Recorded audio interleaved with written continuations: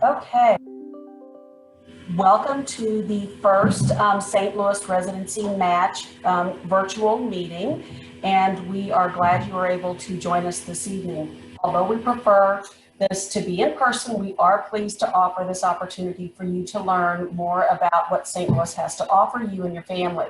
As a pilot program, we appreciate your patience and hope that you will find everything that we present this evening to be beneficial, and if you would provide feedback to us to help us improve our next virtual event. So my name is Kathy Pabst. I'm your Executive Director. The MAFP offers a variety of leadership and engagement opportunities for residents and students throughout the year, including conference attendance, representation on the board. There are several awards and externship opportunities. We also have a comprehensive residency page on our website for medical students so that you can locate the Missouri residency program that you are interested in. This page is a one-stop resource for you with information that you need, and it will help you make your decision on where you apply for residency. And you can find more information on our website at mo-afp.org. So now I also want to let you know that Bill Plank is the Assistant Executive Director with the Missouri Academy of Family Physicians. He is on the webinar as well, and you are welcome to reach out to either one of us. And now I'd like to introduce Vivian Helm. She is the St. Louis Chapter Executive Director. And Vivian, do you want to say a few words? Can you see me? Because I can only see you. I do want to welcome you. St. Louis Academy has been around as long as the Missouri Academy. We're a local affiliate branch.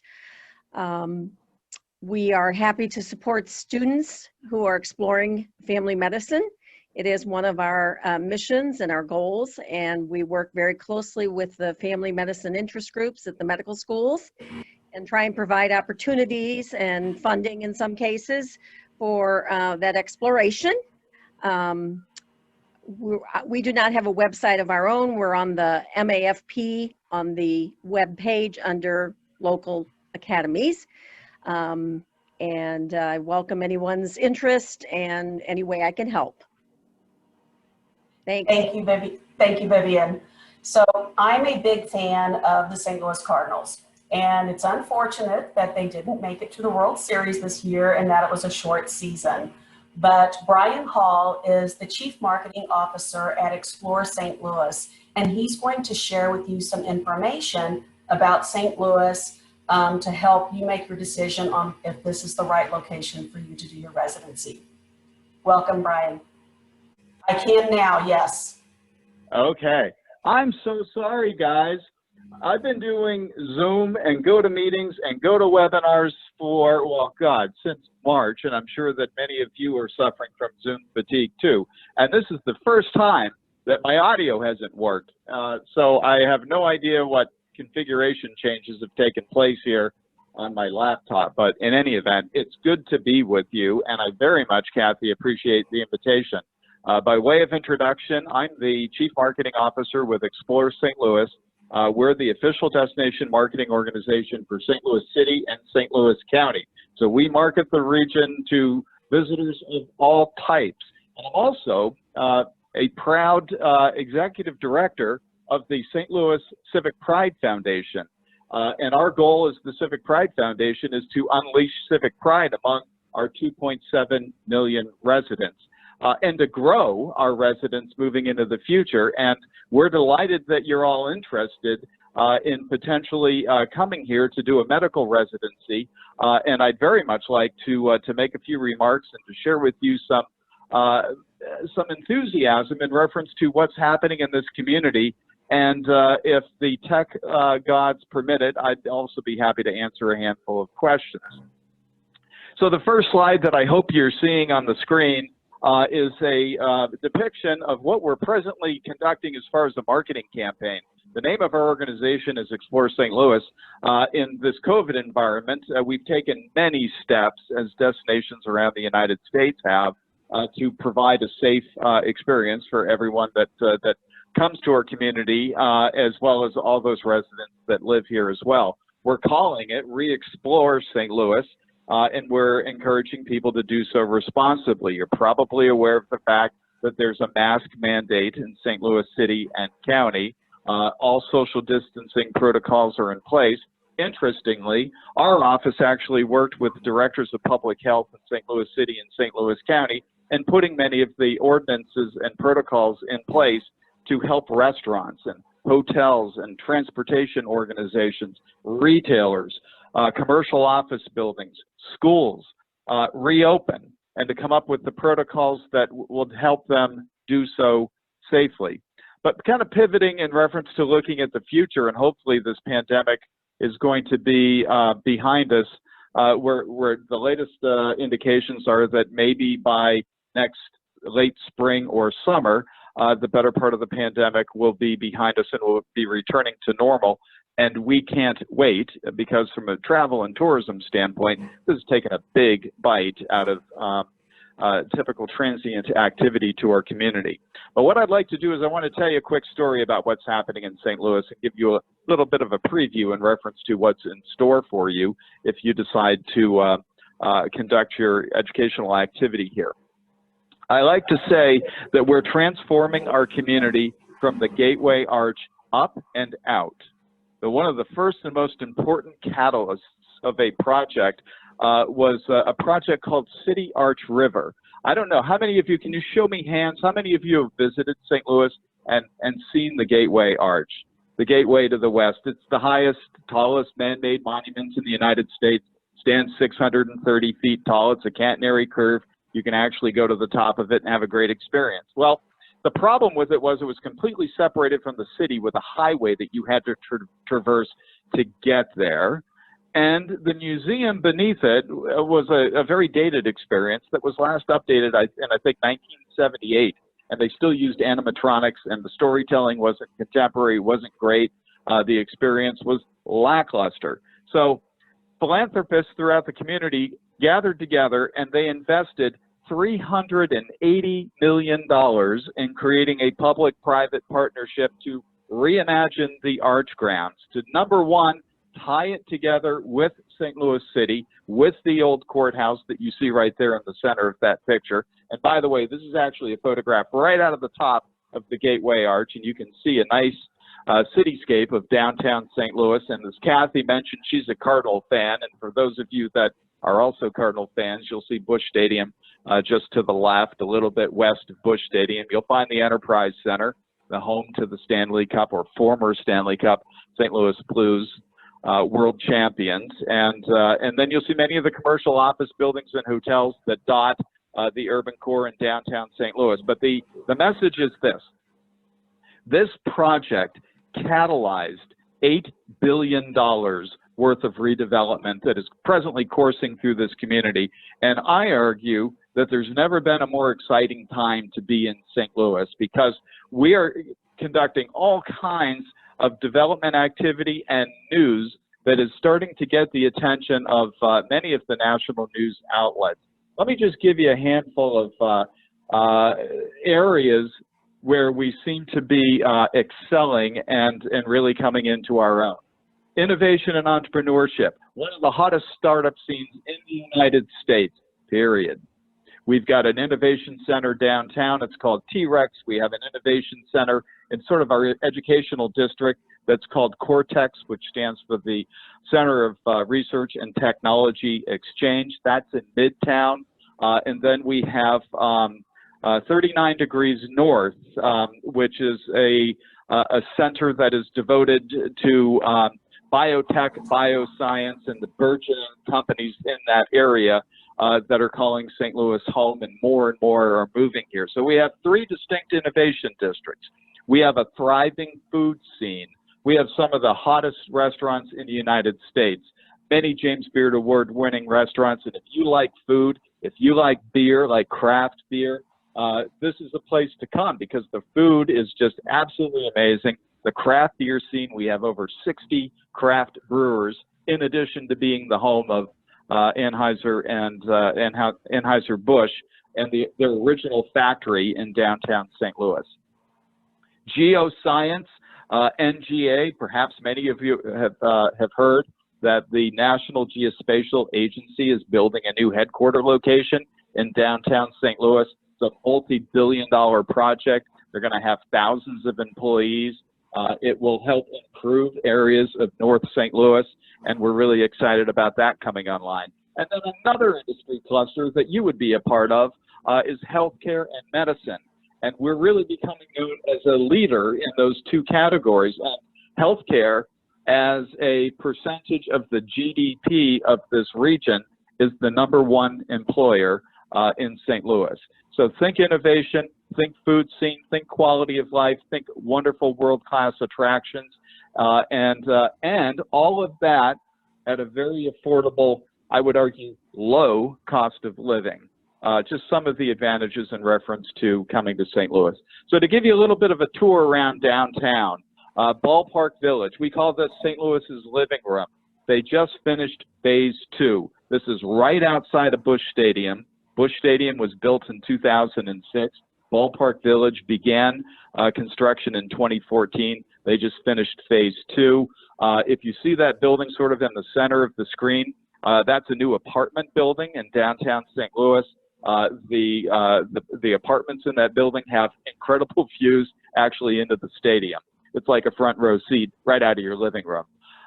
You see the new Lie by Lowe's Hotel, it just opened up. I was just in this little square area, which is the original infield of Busch 2 Stadium. You see that little patch of grass there. Yesterday, where we conducted an outdoor meeting in downtown St. Louis. But this is an entertainment complex. This is a place that you'll want to frequent. It's a lot of fun, lots of energy, lots of concerts, programming, and some really cool things happening right in the center of downtown St. Louis. Now, if we head just a little bit up Market Street, this is heading west from the Arch. Union Station. Union Station used to be the busiest train station in the United States. When we hosted the World's Fair in Forest Park in 1904, which many of you probably heard about, this train station was busier than Grand Central in New York or any other train station in the United States.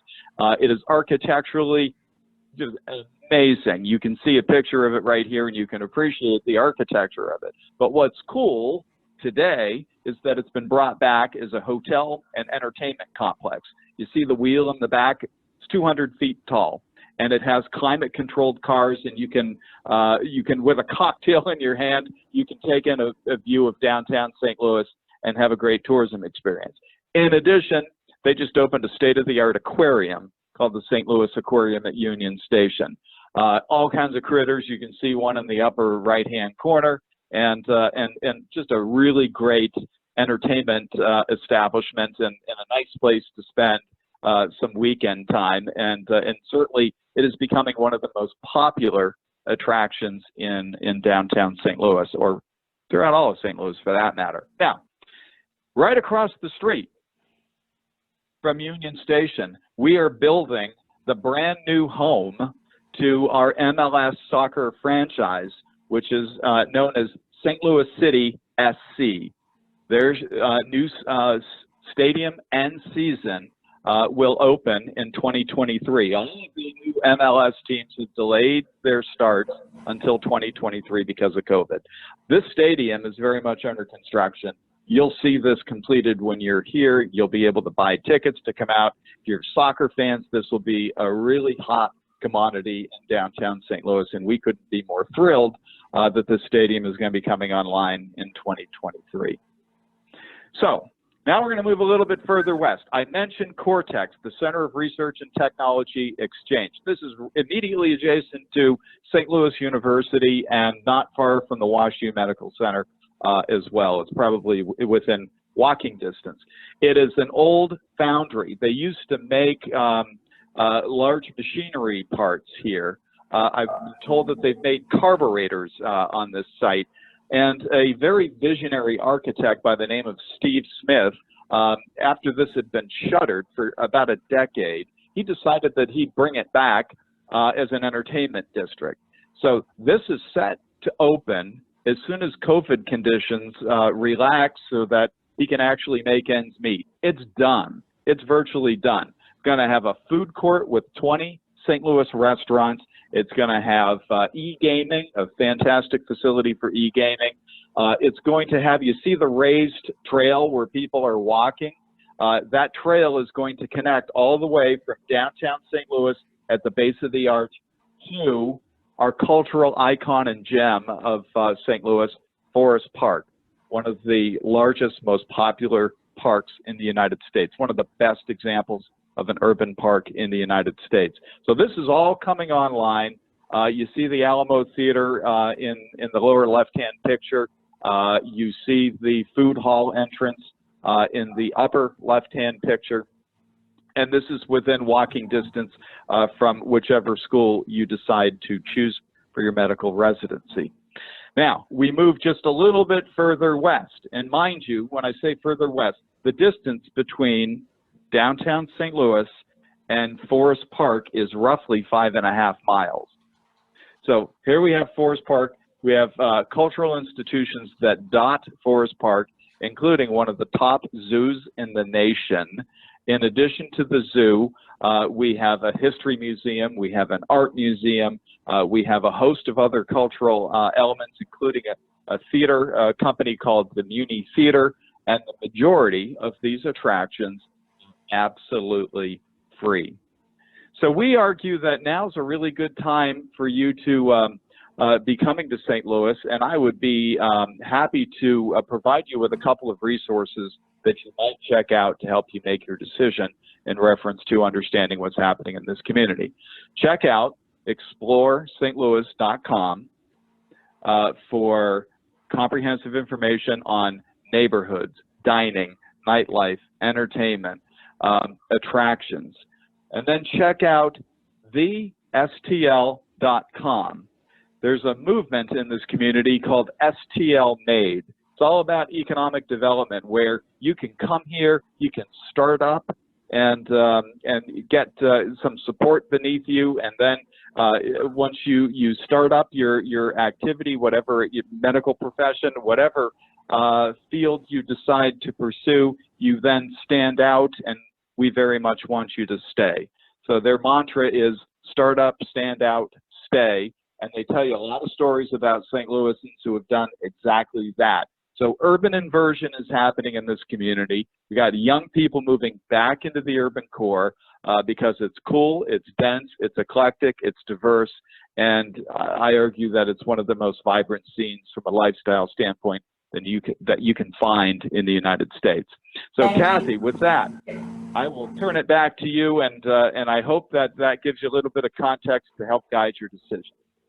Thank you so much, Brian. We really appreciate you taking time to share that with us. I learned a few things today. So I'm going to go ahead and share my screen. Let's see here. Okay. For some reason, I'm not able to share my screen. What I'm going to do is go ahead and get started with our next presentation. We're going to have 4 residency programs talk about the benefits of each of their programs. The first one will be Mercy Family Medicine Residency. The second, St. Louis University Family Medicine Residency in St. Louis, as well as in O'Fallon. And then St. Luke's Hospital to pair will share theirs. So let's go ahead and get started with Sarah Cole, Dr. Sarah Cole with Mercy Family Medicine Residency, and she will share her screen. Well, hopefully I should be sharing now and you should be able to hear me. Kathy? Yes, we can. Thank you. Perfect. Very good. So on behalf of all the programs here tonight, let me first thank the Missouri and the St. Louis Academies for coordinating tonight's presentation, and also welcome student attendees to St. Louis. This is an odd year to be interviewing for residency. And so we hope that tonight's first look at the St. Louis Family Medicine residencies really helps to inform your decision points along the way as you go through the interview process. So I'm Sarah Cole. I'm the director for Mercy Hospital's Family Medicine program. We are located in West Suburban St. Louis County. So our hospital is that star on the bottom, sort of to the right of the top one, and our clinic is about 3 miles northwest. So that's the top star that you see on the St. Louis map there. We are one of the oldest family medicine programs in the country, having been founded in 1973 by the Sisters of Mercy, who really emphasized care for the economically poor, a mission that we strive to continue as a clinic today. Because we are the largest non-government funded family practice in St. Louis County that accepts state insurance, about 40% of our patient population has either public insurance or no insurance, which means that our resident clinic A has a really wide geographic draw of patients across the St. Louis area, and B really sees the dichotomy that is the US healthcare system based on whether or not somebody does or doesn't have health insurance. But the people who can best tell you about our residency are the residents themselves. So I actually have 4 of them here with me today, and I'm going to turn it over to them, starting with Dr. Halstead. Hi, my name is Corinne Halstead. I am a second-year family medicine resident at Mercy Family Medicine. I grew up in Washington, Missouri, about 45 minutes from St. Louis, and attended medical school at Campbell University School of Osteopathic Medicine.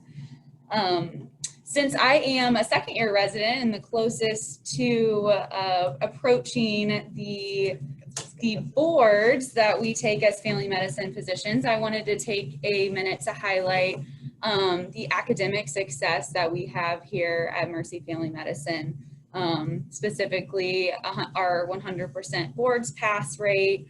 But I think at the end of the day, one thing that I really wanted to highlight was when I was looking for a family medicine program, I wanted a place that I felt supported not only academically, but also a place where residents were happy. Residents, were really enthusiastic about their program. And when I came to Mercy Family Medicine for my sub-internship as a 4th-year medical student, I felt all of those things and then more. And I can honestly say that I still have those feelings and that passion for our program, which is why I wanted to be here today to share those feelings with everybody. And it's crazy to think that I'm already getting close to halfway through my training, and really neat to look back to see, academically how far I feel like I've come since I started. I could go on and on about all the wonderful academic opportunities that we offer here, and we'll be happy to answer any specific questions people have. But I would like to encourage everyone to find, that you'll find academic success at a program that supports your values and your happiness. And so I want to turn it next to Dr. Landis to talk a little bit more. I don't know what happened to our slides, Megan. Okay, hi, I'm we'll Megan Landis. I'm actually also from Washington, Missouri. And I went to undergraduate school in Springfield, Missouri. And then I did medical school up in Kirksville, College of Osteopathic Medicine.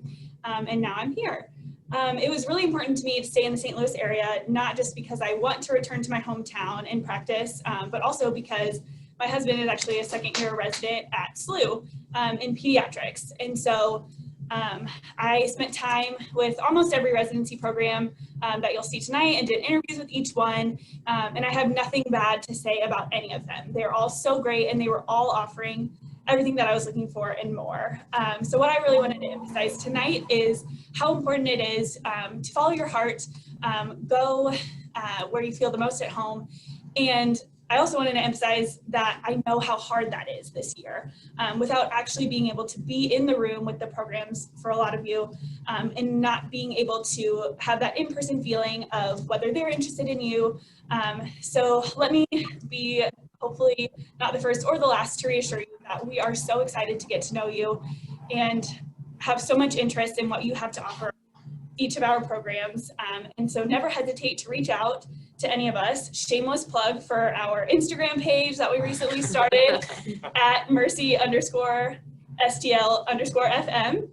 We're gonna be posting more pictures there to hopefully give you some sort of substitution if you'd like to feel what we all have to offer in person. So I will now turn it over to the next one, Raphael. Yeah, I'm just going to take off my mask briefly so you guys can hear me. Hi, I'm Raphael. I'm actually from California. My wife is from South Dakota, and we couples matched here in Mercy, St. Louis, and we've just been so grateful for our experience here so far. I'm going to be talking about wellness, and that's actually one of the biggest reasons why we decided to come here to Mercy. So wellness in terms of structure, things that we do, we start with an orientation block, and during that block, once a week we'll talk about something called the resilience factor. And quick shout out to Dr. Guthrie from Belleville for suggesting that to our program. But that equips us with the skills that we need to take care of our mental health as we go through residency. And every week I felt like I learned something that's been helping me already so far, even as an intern. Other things is we also are really well fed, and I am so happy about that. Every time we're here in the clinic, we get lunch catered for us, and when we're at the hospital, we have credit that we can use, and I really like the food there as well. Other things in terms of social events, we as residents, each of us are assigned a certain month during our second year for us to do social events. And it's really great because we always get a good turnout. And actually this weekend we have a Halloween party, so we're all pretty excited for that. Other social things that we do are, so we as an intern class at the end of every block have been meeting at a really good bar with outdoor seating. We've been sharing tips and just sharing friendship. And then last weekend we have a few dads, new dads, and we had a fun dad date that we also took a part of. Otherwise, the last thing I want to say, touching on that, is that as a father who's expecting in about a few weeks here, I felt so supported from Dr. Cole, our program director, the faculty, and the chief residents. And that was really important to me in making my decision. And I think I've found a good home here at Mercy. So I'll turn it over to the next person. Hello, everyone. My name is Viola Hoxa. I'm from a small European country. It's called Albania. And I did my medical school in Moscow, Russia. I also did their residency of OBGYN and started working as an attending.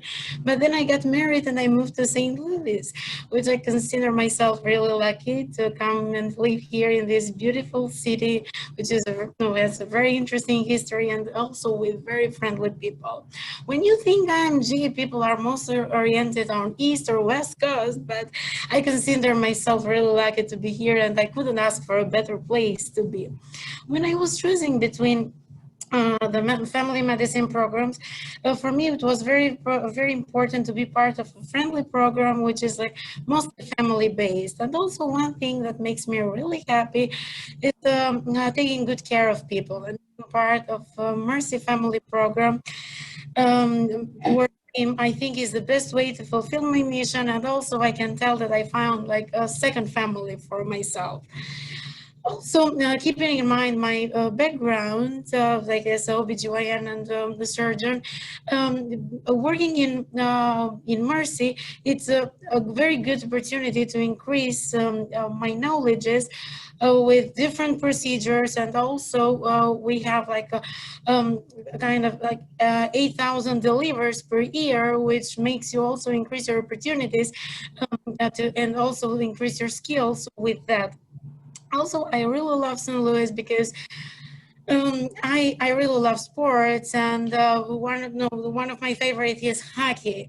And I guess that probably I brought some luck to Blues because the year that I moved here, they won the Stanley Cup. And also one of my favorite is European soccer, and I'm really praying and hoping that the St. Louis team will start the career really soon with that. So if you're looking for a family based and with a good support, you need to choose us.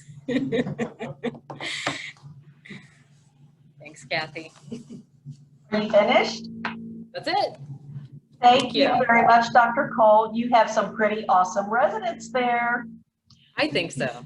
Yeah, okay, so let me see.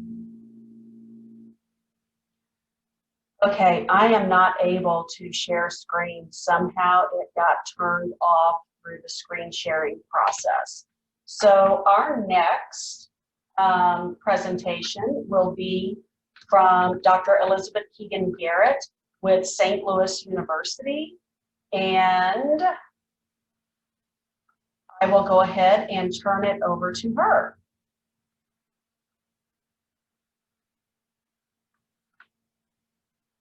And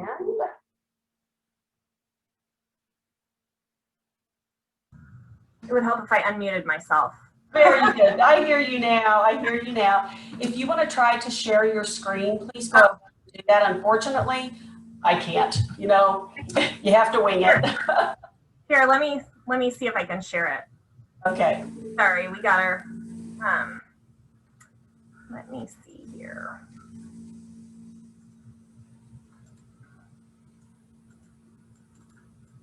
Oh, it's not letting me, Kathy. Okay. It's not letting me either, and I don't know what happened to do Oh, that. So. bummer. Well, that's okay. Instead, I have to look at my own face, which is worse. What I was saying before I was muted was thank you to Kathy for putting this whole thing together, and I really enjoyed just hearing about the Mercy program and look forward to hearing about the other great St. Louis programs. My name is Elizabeth Keegan Garrett. I am the program director for the St. Louis University Family Medicine Residency program in St. Louis, and it's awesome to see so many familiar faces out there. Good to see many of you again. Excited to have the opportunity tonight, hopefully not to spend too much time talking at you, but to just give you a tiny flavor of our program. And I know that there is another faculty and 2 residents on this call. At some point, maybe you guys can let your faces be seen and give us a wave out so that folks can see. Dr. Hefner there is waving down below, Dr. Baltez, our chief residents, and Dr. Myers, our other faculty who's on the call. So all of them would be happy to talk to you as well if we're not able to get the breakouts to work afterwards. What you can't see from my share screen is I was just reflecting on what to share with you tonight about our residency program. And I think what I came to partly got scooped a little bit by the Mercy folks, but that's okay because it's so family medicine, is that really when you're considering a residency program, I think it's to really stop and ponder your purpose, your why medicine, why family medicine, why are you doing all of this anyway? And to really try and find the program that's gonna help you in your journey on that why. So the photo that you can't see, because my screen share isn't working, is a photo of me with a baby that I just delivered last month. The mom is my patient, the grandmother is my patient, and it just is like an awesome reminder that this is why I went into family medicine. In the photo, I am all COVIDed out. And if you had asked me where I'm sitting, if I were sitting where you are now, pondering a residency program, if I was A, going to be delivering babies, or B, was going to be working in the middle of pandemic, I would have been really, really surprised. But to just say that, like, what a long way from where you guys are right now to this state I am in. And I'm so grateful for the people along the way that helped me get there. And so much of that was my actual residency program. And so to tell you what I think makes our program a great place to do that, thanks Kathy, is that really if you ask any of our residents, many who are featured here in these photos, they would tell you that their purpose and their reason for doing the work they do is to help with the healthcare safety net, to work with patients who are underserved. Our main continuity clinic is in a federally qualified health center, which means the majority of our patients have either no insurance or are underinsured. It's challenging work, but it makes it so meaningful. So that quote there in the middle is a photo from one of our new outreach sites called Wrong, which is an outreach site for women. It says, memories of our memories of our lives, of our works and our deeds will continue in others. And I really think that that is sort of a mantra for our residency. What that means is that we're called upon not only to be doctors, but sometimes to go above and beyond. And so our residents find that they're learning things that they didn't even think they would maybe come to residency to learn, but really leave here with a whole host of skills. So not only are they getting great broad-based training in all of the good things that family medicine is, but they're also learning about medication-assisted therapy. They're learning to care for transgender patients. They're learning all about different kinds of contraceptive options and problems with those, benefits to those. They're learning about taking care of an immigrant population. We have a really large Somali immigrant population and Bosnian immigrant population here in St. Louis that we care for. And so all of these are features of what make us a little bit unique in a family medicine residency. The community where our federally qualified health center is located is called the Carondelet neighborhood. It's in the southern tip of the city. And it was founded about 40 years ago by physicians and community members who really wanted to make a difference in the community, and it continues to do that today. And then we have a couple of outreach sites, such as the one that I have photographed there. Our main hospital site is at SSM St. Mary's Hospital, and it's a smaller community hospital similar to where most family doctors will end up practicing should they continue doing hospital medicine. It's a great, friendly place to be. People know each other here, and that is, I think, a really great feature of your training program, to sort of know your specialist colleagues, to know the people who are mopping the floors and who are caring for all the different parts that make the hospital run. And then obviously we have a great backing from St. Louis University, which provides us research opportunities and all of sort of the institutional backing that we need in terms of our finances and that type of thing. So I guess I just really encourage you, as you're thinking about where you want to spend your 3 years and what that journey might entail, that you just really think about what your purpose is, why you're here, and what you want to accomplish. And I think that if you're the type of person who's seeking a really diverse patient population, you want to serve a community that's in high need, and you want to work around people who are like-minded and who are trying to really provide a healthcare safety net for people who might not otherwise have services, that we would be a great place for you to check out. And as the Mercy program said, it's a hard year to get to know people, but we are really eager, and we intend to have lots of opportunities for you to meet with residents, to talk more with them and ask them your specific questions. We are really willing to work with you. So whether that's working with you one-on-one to get you more Zoom interactions with faculty and residents, or whether you want to just be involved in our residency interview days and dinners, we really want to figure out how to best meet your needs, and really look forward to getting to know you, and wish you all the best in your journey of finding the right residency match for you. Thanks.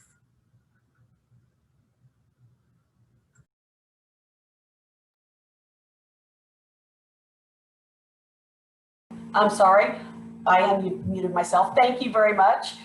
Do we have someone from St. Louis University O'Fallon on? I didn't see any names that I recognized. So we're going to go ahead and proceed with the next presentation, which is St. Luke's Hospital, and I believe Dr. Eichmeyer is on here. And do you have a presentation that you would like to share? So I'm not Dr. Eichmeyer, but I'm Dr. Heron, and he got caught up with the patients. So I'm one of the attendings at Cedar Hill as well. I also graduated from our residency program, so I'm going to take over for him. But we do not have a screen share, so I'm just going to kind of talk at you a little bit. So like I said, my name's Britt Heron. I graduated last year, stayed with Cedar Hill and with the residency program. We are a traditionally DO program. We do have full ACGME accreditation. However, we take 4 residents a year, so we have 12 total residents. We see our inpatients at St. Luke's De Pere, which is at Doherty Ferry and 270. That is a more community-based hospital, and good things about the hospital, free food. The residents wanted to make sure that I mentioned that.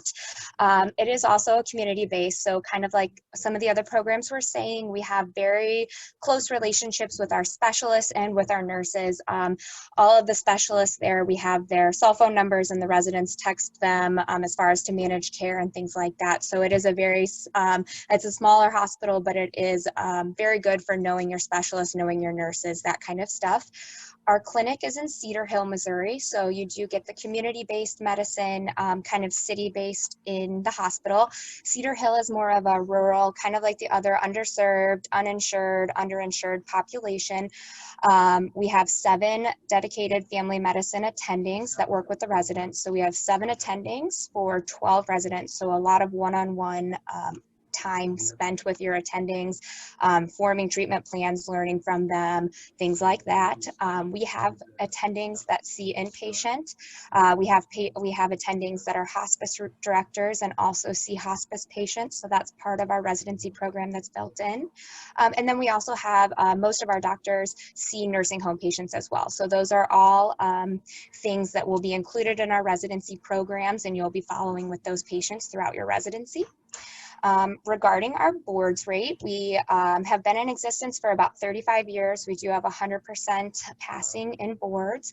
I would say the majority of our physicians do go out into the community and be family medicine physicians, but we've also had everyone who's wanted to do a fellowship achieve that. Sports medicine, hospitalist. We have one in our current graduating class applying for OBGYN fellowship, as well as emergency medicine.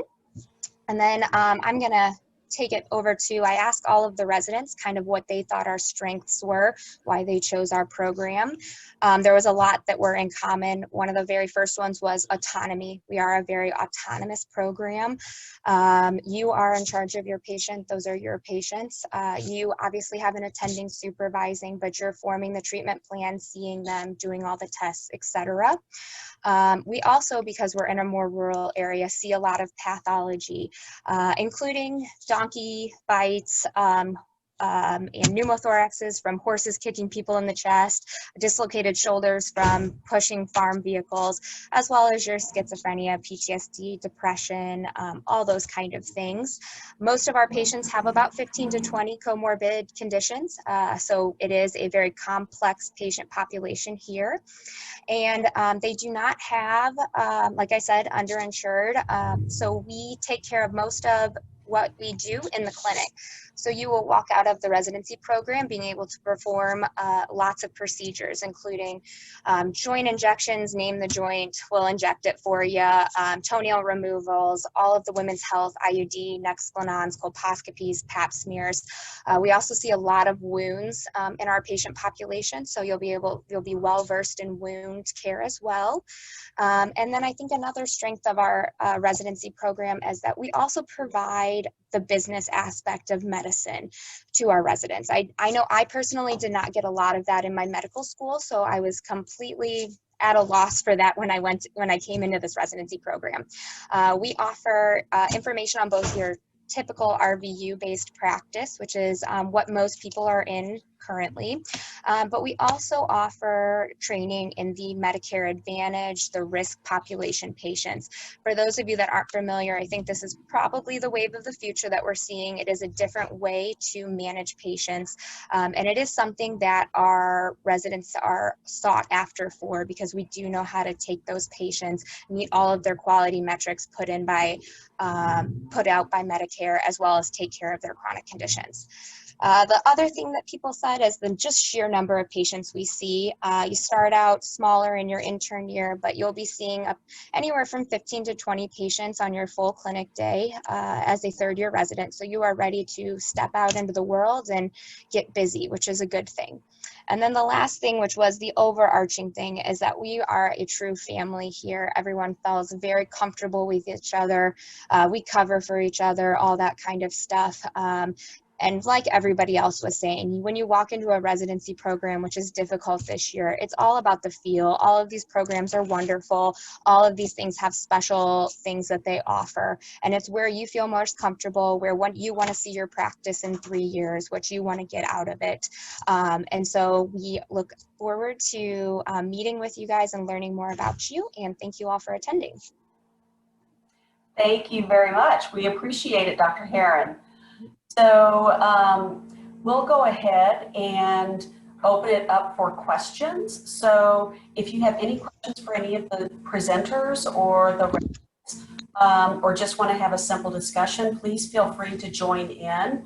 And I'm going to stop the screen share so that we can see everyone's smiling faces. So there we go. So does anyone have any questions? You can unmute yourself, and we've got the experts, so now's the time to ask.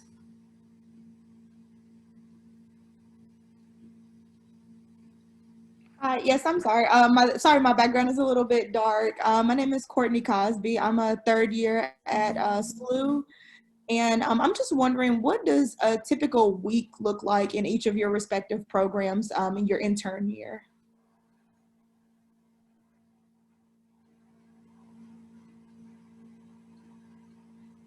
So I am happy to talk about, I'm John Hefner, third-year resident at the St. Louis University Family Medicine program in St. Louis, not the one in O'Fallon. And so it's really hard to say a typical week during intern year, because every month for our program, and I believe this is the same for most programs, but every month you're going to switch what service that you're on. And so for us, a typical week, I'll say on our inpatient service, which you're going to spend 3 months on during your intern year, you would spend 12 hours in the hospital. You get there at 6 in the morning for sign out from the overnight resident. And then you go see your patients in the morning. You round on them, or you pre-round, read up on what happened overnight, and then you round on them on your own. And then you talk to your senior resident, kind of through the patients, make sure you're both on the same page when you go into rounds. And then we do table rounds in the morning there, and then finish with walking rounds. And normally can complete rounds, even if our service is capped, can complete rounds by 11:30 in the morning. And then we'll have time to start calling consults, getting notes in, have some lunch at that time, and then finish up all of our work from the morning and are ready for new admissions during the afternoon. As an intern, you finish the day once your work is finished, or if you're still working on notes and talking with your consults throughout the day, then at 6 o'clock you would hand over anything that you're wrapping up to the evening resident at 6 p.m. And that's when sign out is. And that's a typical day. You work 6 days a week during that rotation. And so it's definitely a busy month, but you learn a lot. You're in good company, and that I would say is what the rotation you're going to spend the most time on during intern year. And so that would be like a typical day for us. And then I'll add, one thing, we do 1/2 day of clinic a week during our intern year. So one of those afternoons you'll be in clinic seeing your own continuity patients. And so that will happen every week for us. Thank you, Dr. Hefner. And I also want to let you know that he serves on the MAFP Board of Directors. So thank you. And thanks, John, for piping in. I would just say, because it's so hard when you're talking with all these people to remember all the details, the one thing I would also add is there's also a 1/2 day a week of protected teaching time. And we are so fortunate to have a curriculum director who takes that job very, very seriously. So there's really fabulous teaching each week for a 1/2 day. And as well as time set aside for wellness activities, for support group. We've also been diving a lot more this year into social justice and racial equity type issues. So sorry to pipe on at the end, but I thought that was important to add. Thank you. Hey, Megan from Mercy. Thanks for your question, Courtney. So this year we actually switched to the clinic first model, which means What stays the same for every month is our clinic day. Mine is on Wednesday. And so the only rotation that we don't do that is during our Cardinal Glennon inpatient month, but every other month you have your same clinic day that's going to stay the same, to really prioritize that time that you get to spend with your continuity patients, building those relationships and getting to know those patients long term. We have several different rotations. I am on our surgery rotation. Raphael is on ED, and Viola, what are you on right now? ED.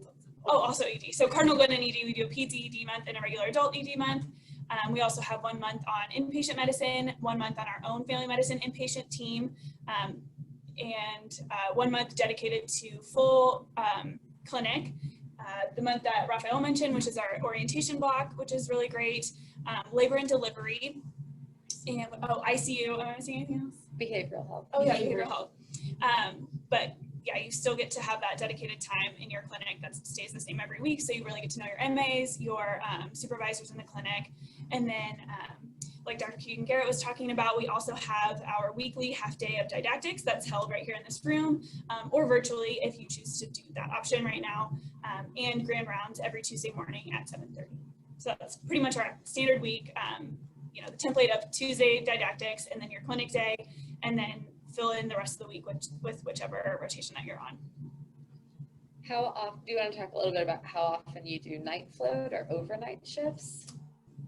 Yeah, so Dr. Cole brought up a good point about our night shifts. I have not had any yet. My first one will be this next block during our internal medicine rotation. We do 1 week of nights, and then during our family medicine inpatient service month, we do about 10 days. You share that coverage with 2 other residents, and so you kind of split up that month by taking 1/3 of nights each. All right, pass off to the next one. Thank you. Any other questions? Hi, my name is Nicole. I'm kind of an MS3, kind of an MS4. I don't know. COVID's kind of confused me. I have 2 questions. One, are there any of the programs that don't take IMG students? And then my second is regarding social and racial justice. Are you, as the residency committee, are you taking into account if the applicants had potentially like went to protests and potentially were not arrested, but like any issues with being active in the communities?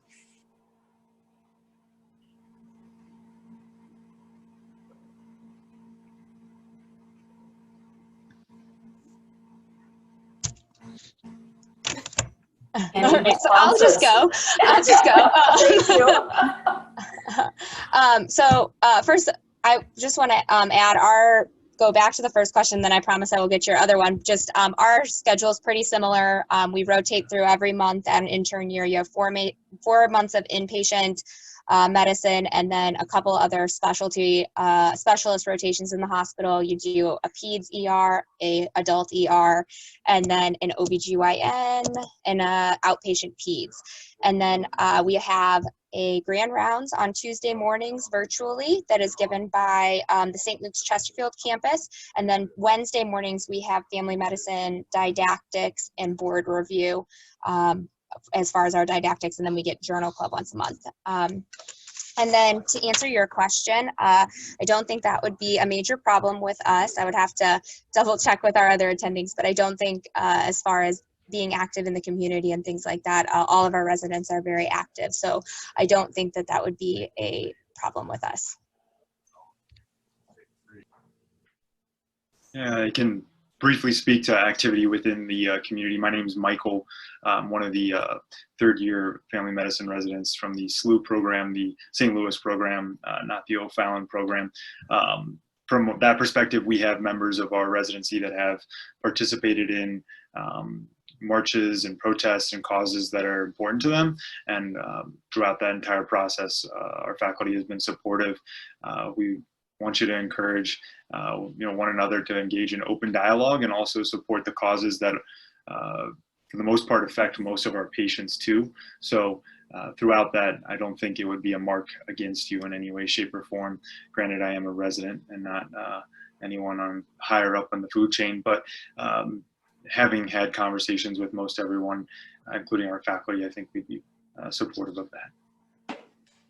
And just to piggyback off what Michael was saying, with our residency, we did 2 days where we had an active stance, or if you want to call it a protest, with all of the fellow staff members within our clinical setting, where everybody left the building and did an 8-minute stance of silence in memory of George Floyd shortly after his murder. And everybody from the MAs to the physicians to our dental staff, they all joined us outside, and we all took time together to remember George Floyd. And so there are things that are happening within our clinical settings as well, where you were engaging with the community around either the different racial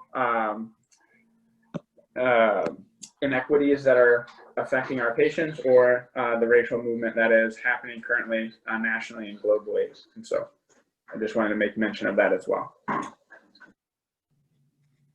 And so I'll field that question from our perspective. So we do accept IMGs, because I think that was one of your questions, as Dr. Hoekse mentioned. And then I would say, in the answer to the second part of your question, so we, and really the other programs in St. Louis do this too, really take a holistic view of applications. You know, particularly in family medicine, we tend to look at the whole person, and we are all looking for applicants who are community minded. You know, I'll sort of give an example. John mentioned what SLU had done. Mercy Hospital also had a White Coats for Black Lives movement. We here in our clinic set aside the time where they were doing that at the hospital for our conference room to be available for those who wanted to come and engage in dialogue or spend a quiet moment in silence or in meditation or in prayer as well. And we also have incorporated into our didactic sessions conversation about health equity and social justice issues as well. So I think you're going to find that that's a universal movement within graduate medical education. It's an excellent question to ask to make sure that programs are moving in that direction, but I think you'll be satisfied with the answers that you're getting. Yeah. Thank you all. Any other responses or questions? I had a question regarding the program size, and I was a little late because I got out of clinic late, so I'm sorry if somebody's asked it already. So it seems like the program, there's 6 residents. How well do you think it's balanced when someone gets sick, or if someone's pregnant, or if something comes up like that? Is it fairly easy to work with each other to balance that schedule change? Sorry, Taylor, do you mind just, it seemed like that was maybe directed to a specific program. Did you have a specific program you were hoping to hear from? St. Louis.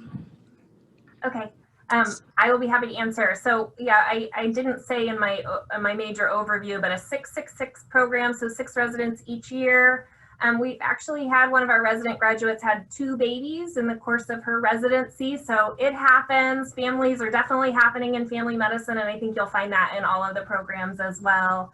We definitely have a well-oiled machine for helping take care of things that come up. We actually had a resident this week who thankfully didn't get COVID, but had food poisoning, and sweet Michael Baltez there took her shift, no problem, switched a couple things up, and we've got it covered. So I think you'll find, just as Dr. Cole said, that justice family medicine programs are definitely, I think, on board with racism being a public health issue, that they have figured out how to how to cover for one another, because in this day and age, we can't have people coming to work sick, and we need to have ways for making sure that we have our patients well cared for. So hope that answers your question.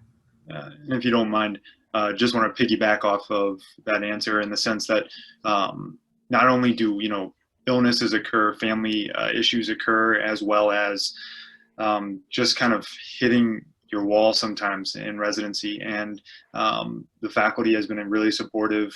Many of us have had issues throughout this year with all of the complications that are in COVID. And when you are, the last thing you're worried about is what time your shift ends or what time your shift begins, and you've got some other issue to address. I can say from experience that the faculty has been really supportive in addressing that need to have life happen to you at times. So, and I think that, again, will be echoed across the board in all of the programs here today, but in family medicine in general. And then that extends into the interview process for any of you that are kind of feeling a little anxious about the interview process coming up. It's a really fun interview trail, and I don't think that the Zoom element will really subtract from that all that much.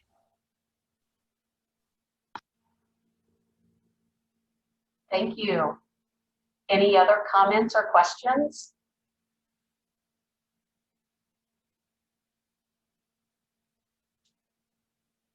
Very good. Well, I put in the chat that if you have any questions or if we can be of any additional assistance, feel free to email us at office@mo-afp.org, or you can call us. We're available to help you, and we will either answer your questions or get you pointed in the right direction to get a proper response to your questions. So again, thank you all very much, and good luck to you on this journey. We appreciate you.